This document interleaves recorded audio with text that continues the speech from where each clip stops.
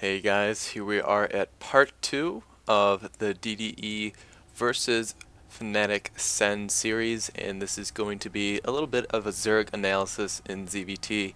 And if you haven't watched the first part, go ahead and do so because we're going to be carrying over main concepts and tips and analysis from there. So just as we can see, we are on GSL Crevasse, and this is actually obviously not on the Blizzard map pool for ladder, so I think it's worthwhile to just take about a minute going over the map.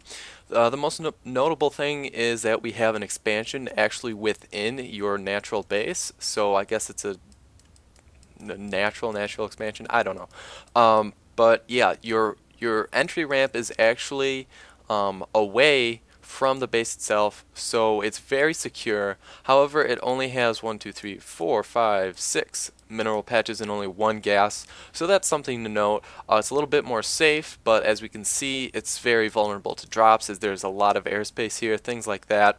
And at the actual ramp itself, we do have destructible debris, so if a Terran or a Protoss is walling off, he's going to have to worry about this also later in the game, maybe even early if one of the players does decide to go for a very heavy push. In the middle, we see the 4 Xalnaga towers, pretty standard.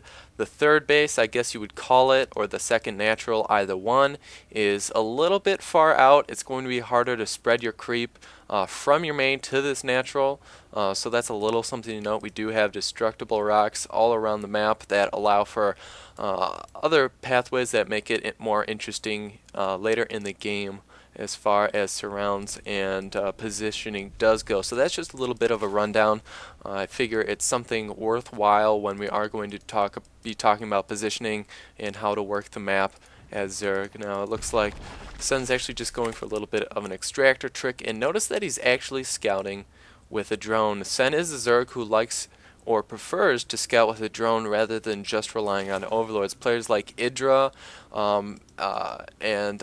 well, actually most Zerg players do like relying purely on overlords because 1, you don't have to waste a drone, and 2, you can get information. You can get a lot of information for little information and effort. So we see that Sen's actually going for a 15 hatch. By this time, he has scouted that his opponent is close to him. He's adjacent, so this is close to spawns. And he's actually not going to go for a 15 spawning pool following right afterwards. He's actually going to go for that 17 spawning pool because he saw the build of his opponent. What he did, he went in here, and the most crucial thing that he saw was only 1 barracks and no gases were taken.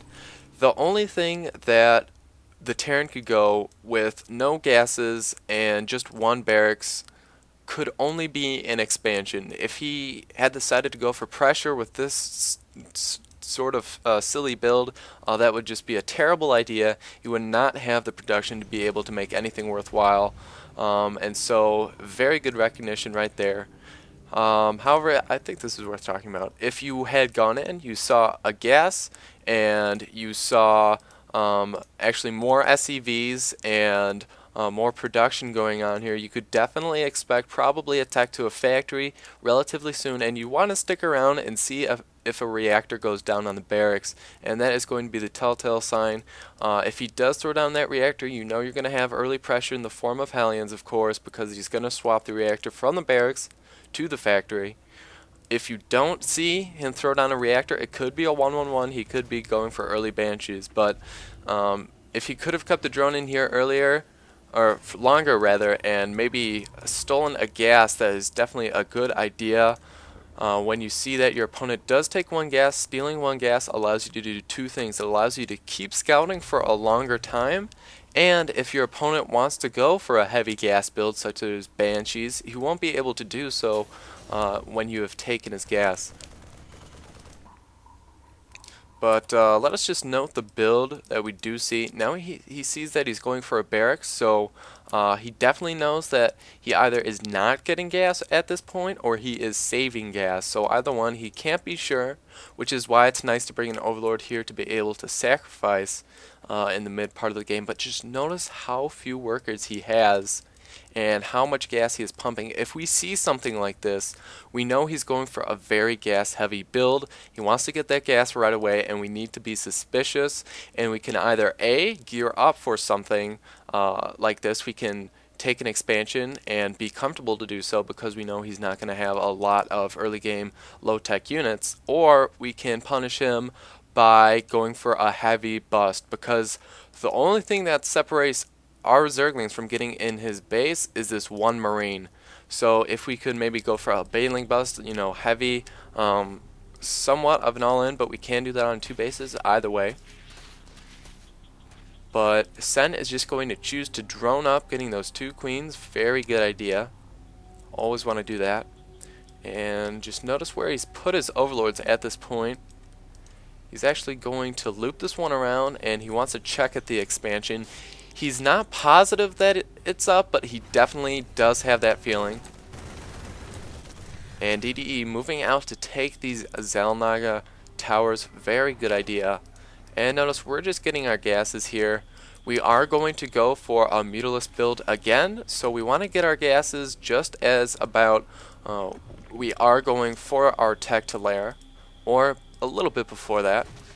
And notice we are taking the lair actually on our expansion. Now I'm indifferent about this. I don't think it really makes that big of a difference. It's just preference. But however, it does give you a little bit of time, because if your opponent scans or comes in here with an SEV, he's not going to know right away that you are lair tech. So that's a little bit of preference, but it's really only subject to this type of map. So not too much to worry about. But notice we are getting another barracks, and this either tells us that our opponent really wants to put a lot of pressure on us right away, or he's just building units that don't take gas so that he can save it for later. And this is something that an Overlord really comes in handy for. Also scouting at our opponent's front with a couple of Zerglings. We need to do that all the time throughout the game. It is very critical. But notice just about the 6:30 mark, we are putting down our Spire, keeping up our injects, and it looks like we're gearing up for probably a Baneling nest, or maybe he's going out for an expansion again. Odd placement there. Notice we are spreading the creep here, and we are going to our natural. And notice Sen's actually a little caught off guard. He really doesn't know what to expect at this point, and it's perfectly fine for you to spend 100 minerals if you're not sure what your opponent's doing. If he could be aggressive at any point, go ahead and throw down a Spinecrawler. It's a worthy cause. Definitely worth the 100 minerals if you don't know exactly what your opponent is gearing up to do.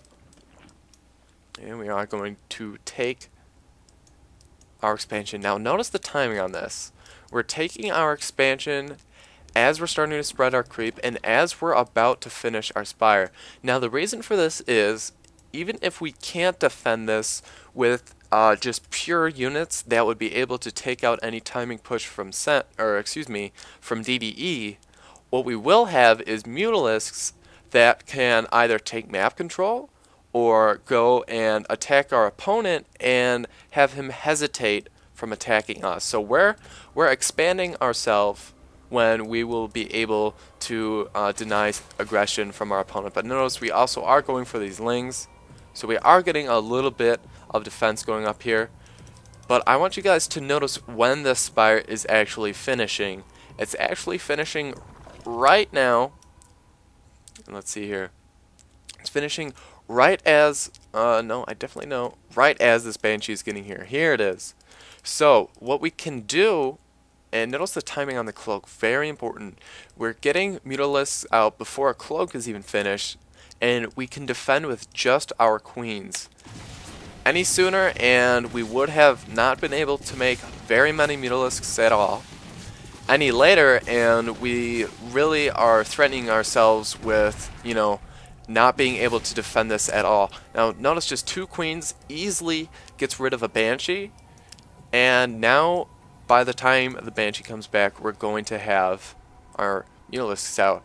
And with this timing, if we did know how long our opponent had been investing in gas, we would definitely get an overseer or at least we would have gotten an evolution chamber and thrown down that spore crawler, but we're actually still in the dark because he hasn't really utilized these overlords to scout such a thing.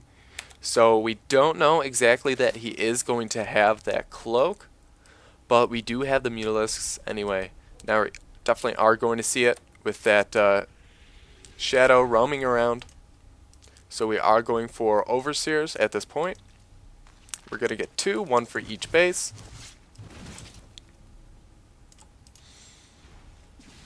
And in the meantime, our expansion is finishing, so this is good. We're going to be 1 base up on our opponent. And notice how hard we droned there.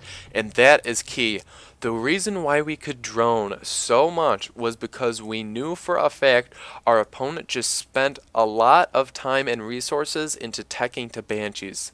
Banshees alone are pretty costly. If we look over here, we can see that Banshees cost 150 minerals and 100 gas. That's a lot of gas. We can see that a tank itself costs 125 gas. So that is a lot of resources that could have gone into tanks that we know is now in Banshees. And Cloak, I think, is 200 itself, or maybe 250. So we know he has spent a ton into these Banshees, and so we know we are safe from a huge push. We know our limits right now, and we are going to just drone up really hard. Before, he was just edging on saturation. Now he's completely saturated with just 1 selection of drones with all of his larvae. So that's something really important to note. Knowing when we can drone safely, timing such as that, very key. Now what we want to do is when we have this these Mutalisks out, this kind of looks like last game when we first popped with our Mutalisks. That was like right after we stopped our first push.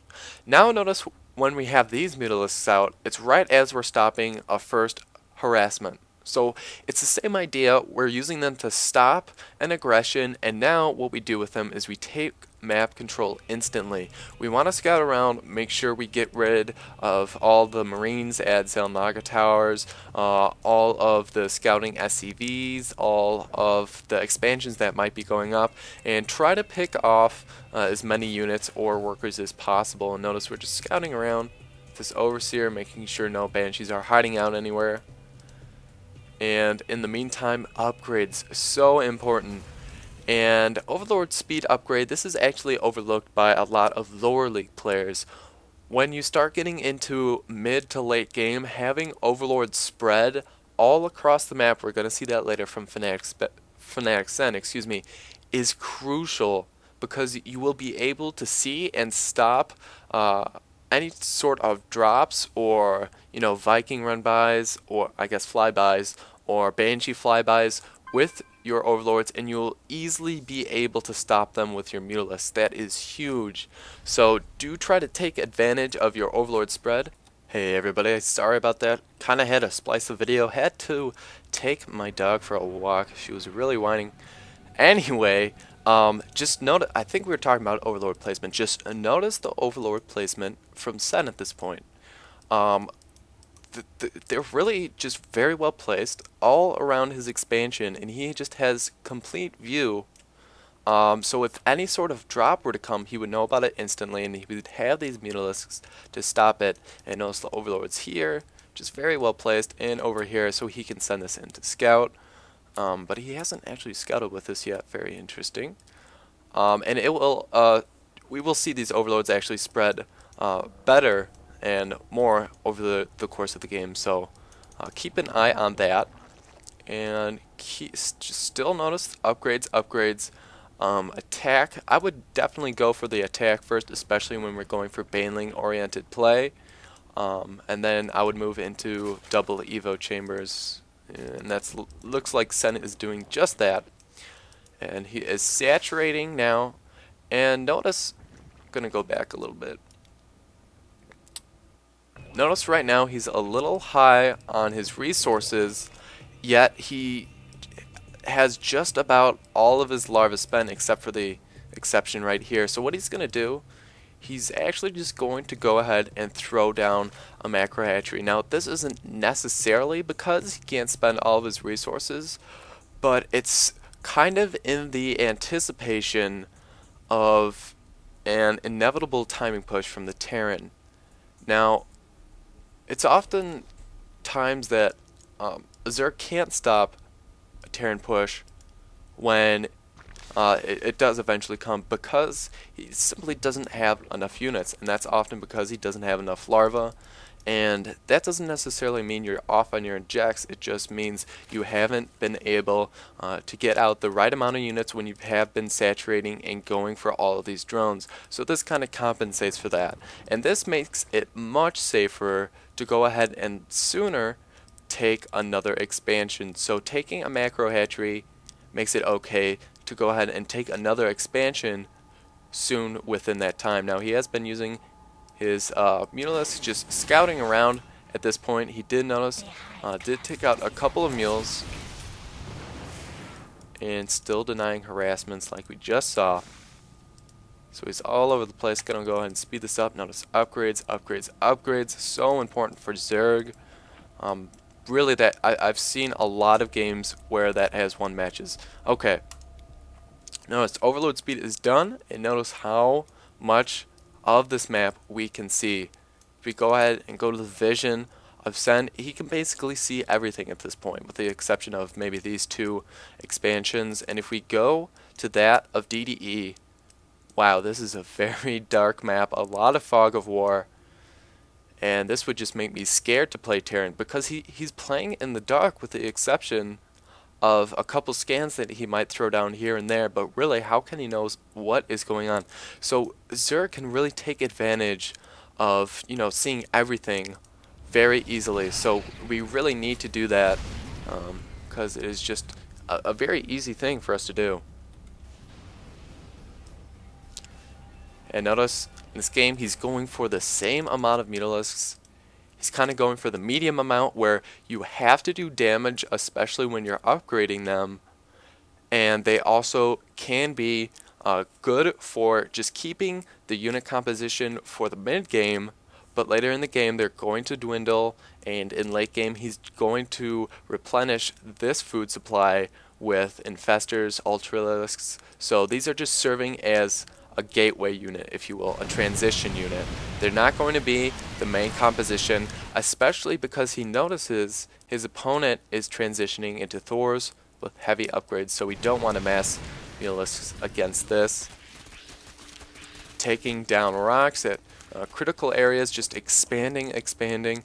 Notice when he is expanding, it is when he is being aggressive and he knows that his opponent is cooped up in his base. He has lost a good amount of Mulisks, but that's what he wants. He doesn't need that many, because notice he's thrown down the infestation pit, and I would go ahead and get pathogen glands as soon as possible, actually. And he is going to be transitioning pretty soon here. He is getting that hive, and here we're going to see that you know, making units as late as possible. He notices that his opponent is moving out just about now, maybe 10 seconds ago. Goes ahead and just starts pumping units, as we can see. And what we are going to see, there it is, all of the banelings. He is waiting until his opponent comes to make banelings, because he's not going to need the banelings before then. Why would he need banelings if he's not going to have to defend? That doesn't make sense, right? And notice the amount of banelings. He's not morphing as many as he can.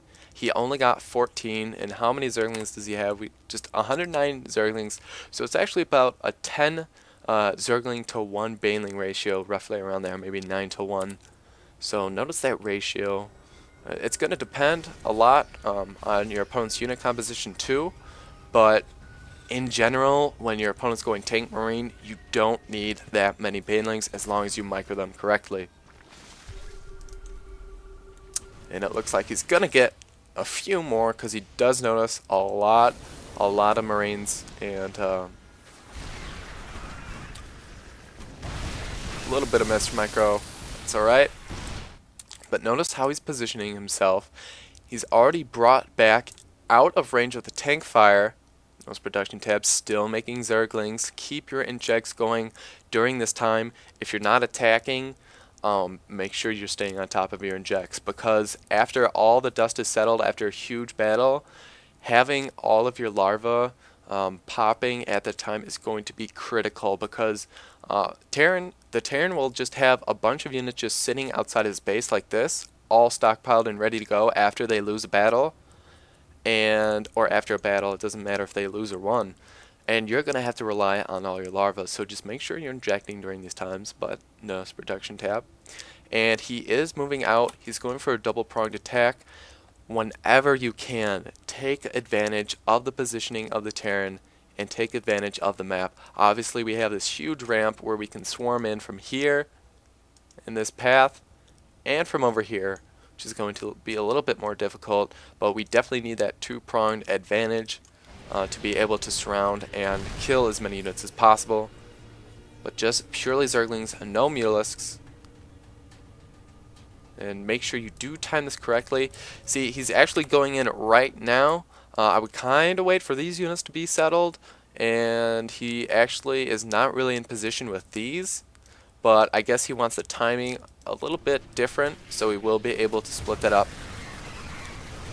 But we're gonna see Sen kind of be a little bit indecisive. What we just saw there, he sent a couple units maybe over this way, and maybe he wants to kill these turrets, maybe he wants to actually go in and kind of do a little bit of a base trade and make the Terran pull back, or maybe he wants to just wait with a couple units. He's being indecisive, and as Zerg we can't be indecisive, especially around these long range units such as Thors and tanks. They will just tear apart our army while we're running around in baneling circles. He's just going to be shooting at us, clicking. So we need to make a decision.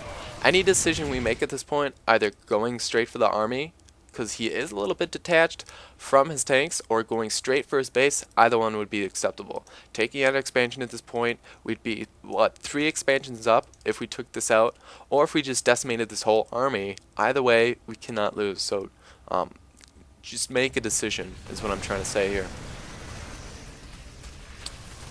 And a little bit more being indecisive. He's going to pull some. And then, try and come in here. And then, nope, kind of pull back. And bam, right there he does. But, let's just pull back a little bit. If we notice, he did get a little lucky right there. After being indecisive, DDE actually made a huge micro mistake. If we see, he actually goes right into the banelings. I'm sure he didn't want to do that. But moral of these 2 minutes, be decisive when you are acting upon a containing Terran offense.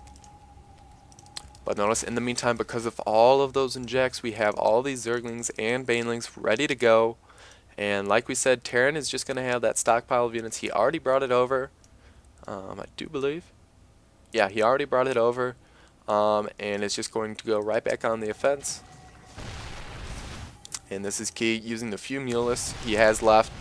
When they are detached from Marines, go ahead and take out as many tanks you can, because that means that the Zerglings can come in and sweep off the Marines, and if the Marines are swept off, the Mulists can come in and take out the tanks.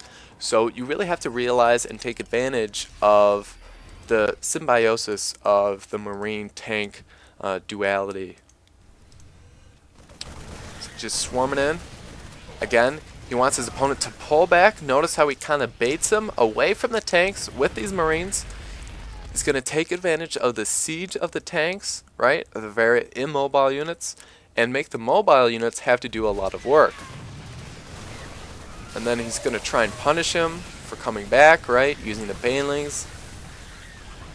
In the meantime, these Mulists actually getting picked off. Fine, he doesn't care about them. And notice how he is spreading himself out and just trying to delay this as long as possible.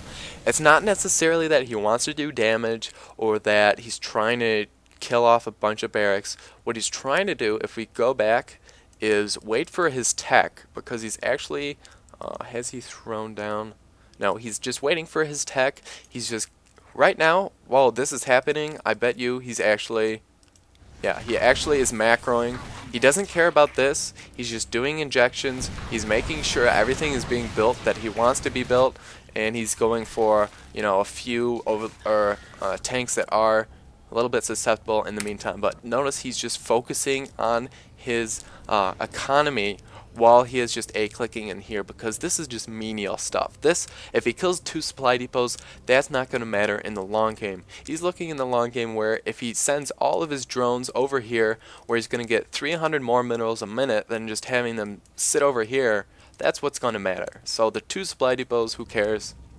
Many drones, that is what is important. So that's where you really have to be decisive. I know, especially me, I love microing and I love killing every unit that's possible, but sometimes you just gotta let it go. When you have 6 Zerglings in here and you're trying to kill everything and you fall behind on your injects and your queens have full energy, that's not what you want to do.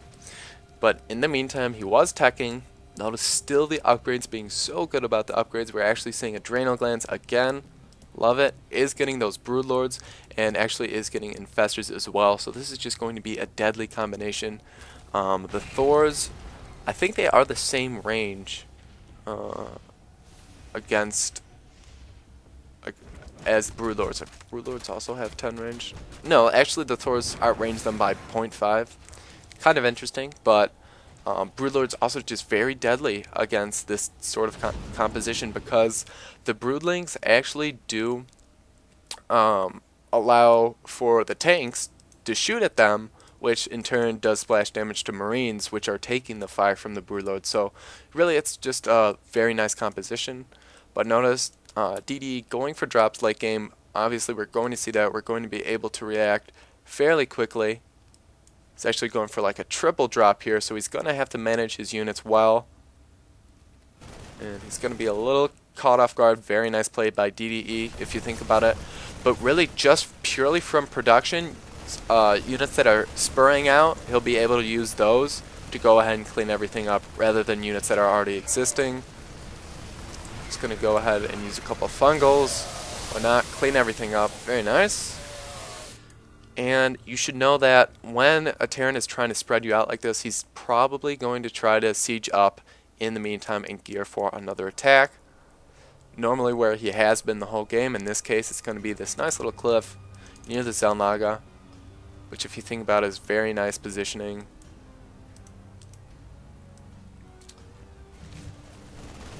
And it looks like just more drops. DDE doing exactly what a Terran should.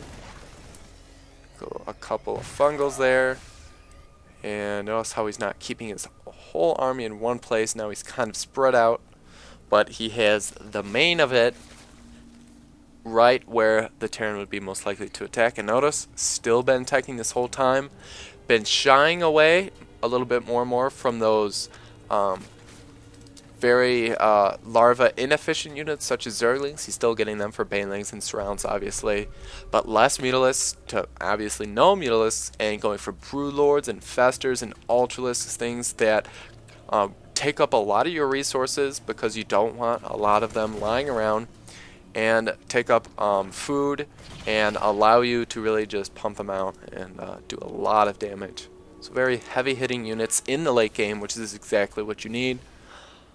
A lot of players just keep going for that Baneling Muta and eventually are worn down. You see it happen so much, but Sen really knows his timings and transitions very well, as we can see. If you do go Broodlords, expect Vikings to start being pumped out. Not uncommon at all.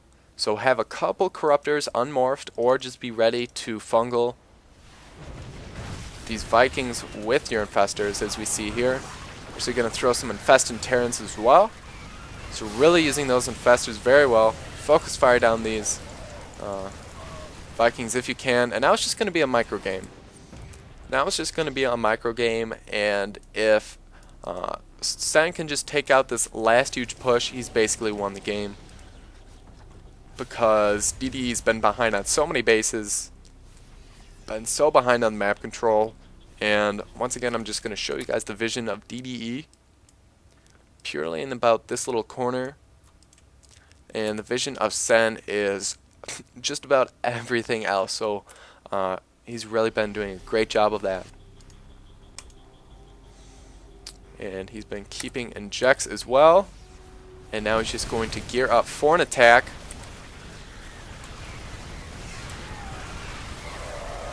But notice what this was. He didn't take everything he had. He only took a couple Zerglings and about 4 Infestors. And what he did, he just wanted to pick off all of those Marines because he knows the pretty desperate situation that DDE is in. And once he takes these out, he takes out the mobility of DDE because now all he has is tanks, a tank, and Thors, which probably the slowest unit of Terran besides maybe Battlecruiser, which I think recently got a speed buff actually. Kind of irrelevant, but good Viking play here. And he's now gearing up for an attack like we saw in that first battle. He's actually spreading himself out again, very smart. And I think at this point he could probably A-click with a couple key fungals and take the game, as there are hardly any tanks to... just 2 tanks, okay. And right now it's just a matter of coming in here for the swarm, fungling, very nice, and just taking names. Alright, way to go, Sen. And that will be game. So awesome. So really just focus on what we have talked about. I know it's been pretty all over the place, but I think the most important things we can take from this are timings of when it's okay to drone, when we need to make units, and kind of the idea of transitioning out of this core Baneling Mua play, especially when it can give us a lead such as this. And hopefully you guys have been able to follow me. I haven't done one of these in a long time. Hopefully you guys liked it. If you did, tell me you want more. If not, tell me to stop. I will. But yeah, hopefully you guys enjoyed. So this is Hobo4Craft signing out.